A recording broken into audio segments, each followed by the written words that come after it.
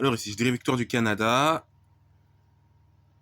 M- Match nul. Ça va au tir au but. Qui pourrait gagner? Euh, j'ai envie de dire le Japon, hein. Bon, en vrai, je dirais Brésil quand même, hein, pour être logique, mais pourquoi pas le Japon? Bon, si la logique se fait respecter, je dirais l'Allemagne, hein. Paraguay pas très bon face aux États-Unis, et un 0-0 face à l'Australie. On dirait même que le Paraguay s'est arrangé avec l'Australie. Rien contre le Paraguay, mais bon, c'est juste bon. Mais je pense que l'Allemagne ça devrait aller ce match, hein. J'ai rien contre le Paraguay, je vous rassure. Maroc, Maroc, Pays-Bas. Alors ça, c'est juste pour indiquer qui va marquer en premier. Voilà, hein. Ça veut pas dire que c'est le Maroc au final. Voilà. Maroc, Pays-Bas, Maroc. Alors, en vrai, c'est un 16e de finale qui s'annonce très très intéressant, vraiment. Vraiment intéressant, hein. Je pense que c'est même le 16e de finale le plus intéressant. Brésil-Japon, c'est pas mal, mais c'est Pays-Bas-Maroc, c'est sûr qu'il faudra pas le rater ce match-là. J'ai hâte de voir ça. Bon, bon, une chose est sûre, ce serait une surprise de voir l'un des deux déjà quitter la compétition. J'ai envie de dire le Maroc, mais pourquoi pas les Pays-Bas? Bon, je dis Pays-Bas, mais on sait jamais le Maroc, hein. Côte d'Ivoire, Norvège. J'ai confiance à la Norvège. Alors, elle s'est pris un 4-1 face à la France, mais comme le pays était déjà qualifié, peut-être que, voilà,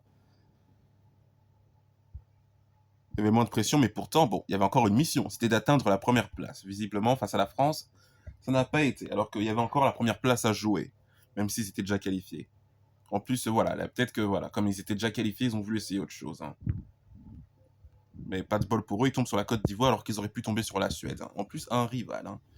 Vu qu'il y a cette rivalité entre les Scandinaves, le Danemark, la Suède, et la Norvège, justement. Ben justement, en dessous, voilà la Suède qui affronte la France. Alors, très logiquement, je dis victoire de la France, je dis même 4-1 pour la France. La Suède qui n'a pas mérité sa qualification pour la Coupe du Monde face à la Pologne. Donc, on aurait pu de nouveau avoir un France-Pologne pour les débuts de phase finale comme en 2022. Mais là, je dis la victoire de la France, logiquement, même sur une large victoire 4-1. Ça, c'est aussi un match. Je suis hâte de voir ce match-là. Mexique-Équateur. Alors, je dirais victoire du Mexique, voilà.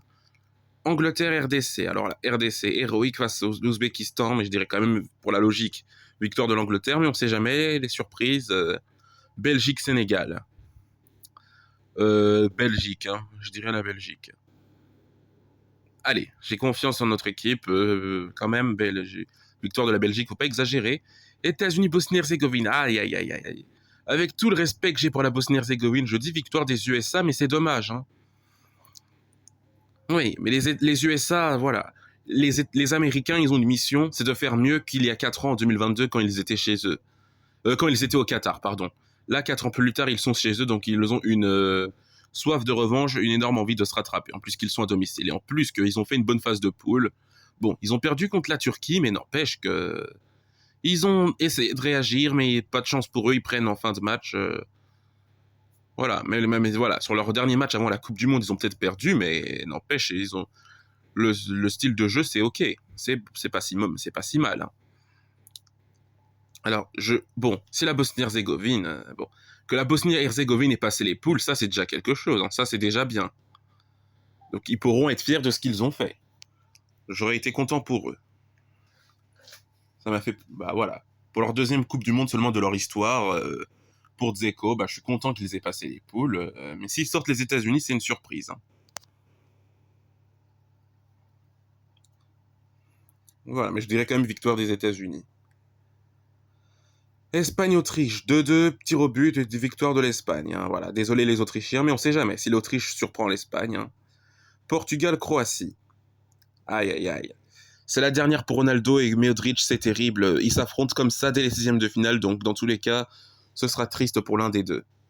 Qui est le plus susceptible de s'en sortir, la Croatie ou le Portugal? Alors c'est vrai que le Portugal vient de deux matchs nuls contre la RDC et la Colombie.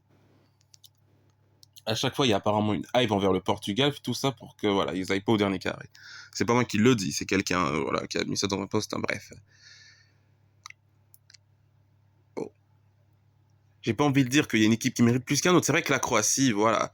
J'ai vu un fan dire que Il faudrait apparemment pas compter sur eux pour faire l'épopée qu'ils nous ont fait en 2022 et 2018, parce qu'apparemment, leur niveau de jeu, c'est trop fragile. Alors c'est vrai que face au Panama, ils n'ont pas été vraiment suffisamment convaincants. Face à l'Angleterre, ils ont perdu 4-2, mais n'empêche qu'ils n'ont pas été ridicules. Hein.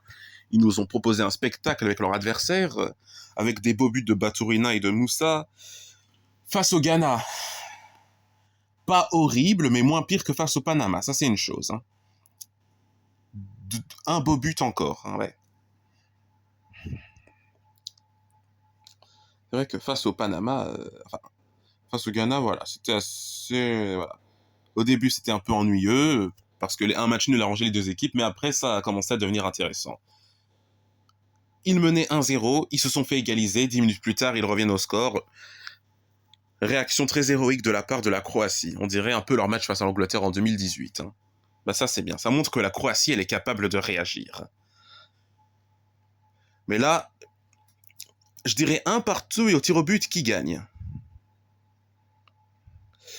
C'est vrai que voilà, Modric, il a déjà fait des grands résultats avec la Croatie en Coupe du Monde, je me dis ça. Finaliste en 2018, troisième en 2022, c'est mieux que rien. Déjà 2 médailles avec la Croatie en Coupe du Monde, ça c'est extraordinaire. Et il a en plus remporté le trophée de meilleur joueur en 2018. Donc il peut garder, c'est déjà des bons souvenirs importants pour la Coupe du Monde, pour ce pays de 3 millions d'habitants. Bon souvenir pour la légende croate. Imaginez si la Croatie remporte la Coupe du Monde pour la dernière de Modric, ce serait une histoire de malade mental. Hein. C'est Willou qui le dit. Bon, mais le Portugal, voilà, là, bon, à part une 4e place en 2006, donc 20 ans plus tôt, Ronaldo était déjà là, le Portugal n'a pas fait de super grands résultats en Coupe du Monde ces dernières années. 2022, quart de finale, 2018, 8e de finale, 2010, 2014, ils passent pas les poules, je crois, enfin, je sais pas. 2010, 2014, je sais pas. Mais en 2010, ils ont atteint le dernier carré. Et Ronaldo était déjà là à l'époque. 20 ans plus tard, 40 ans, il est là, il a peut-être... il a envie, ils sont motivés ils ont envie pour la dernière de Ronaldo et pour Diego Jota, leur coéquipier qui est décédé il y a déjà presque un an. Voilà, ça m'a fait de la peine d'apprendre ça. Donc peut-être qu'ils ont envie de le faire pour leur ami Diego Jota. C'est une belle motivation. Mais je pense que les Croates, ils ont eux aussi envie d'aller loin une nouvelle fois comme en 2018 et 22 pour leur capitaine Modric, la dernière. Hein. C'est vrai que voilà, hein. Les deux méritent autant l'un que l'autre de faire un bon parcours. Mais bon, je vais oser. Je dirais 1-1, match nul et tir au but, victoire de la Croatie. Même si ces derniers temps, les Croates ils y arrivent plus au tir au but. Face à l'Espagne et à la France en Ligue des Nations. Même contexte, ouais. Voilà. C'est vrai que les Croates ont quand même de l'expérience pour cet exercice, les tirs au but. Voilà. Suisse-Algérie. Victoire de nos amis suisses. Australie-Égypte, alors, beaucoup voient l'Égypte, mais je vois bien la surprise australienne, hein, qui a quand même sorti. Ils ont quand même battu la Turquie en premier match, mais ils ont perdu contre les États-Unis. Oui, non, je les ai pas trouvés très bons pour leur deuxième match face aux États-Unis. Je sais quoi, je vais oser une surprise. Australie qui sort l'Égypte, voilà, faut bien qu'il y ait une surprise alors. Argentine-Cap-Vert. Alors je dirais que le Cap-Vert tient en échec l'Argentine. 0-0 tout le match, 120 minutes. Oui, j'ose, mon premier pronostic. Mais je dirais, voilà. Mais peut-être que l'Argentine s'impose au tir au but. Mais que le Cap-Vert aura au moins bien combattu en tenant 120 minutes sans concéder. Moi, je vois que ça se passe comme ça. Allez, soyez pas d'accord. Il y en a qui sont méchants, ils voient l'Argentine s'imposer 4-0. Alors que le Cap-Vert n'a nullement pris cher, que ce soit contre l'Espagne ou l'Uruguay et l'Arabie Saoudite. Voilà.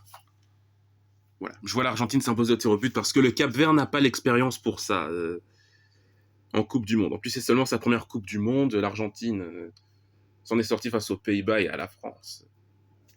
Champion du monde en titre quand même, voilà. Je n'irai pas jusqu'à une victoire de Cap-Vert au tir au but. 120 minutes, avoir tenu en échec les Argentins, c'est suffisant. Colombie-Ghana. Alors la Colombie, c'est costaud, donc je dirais victoire de ces derniers.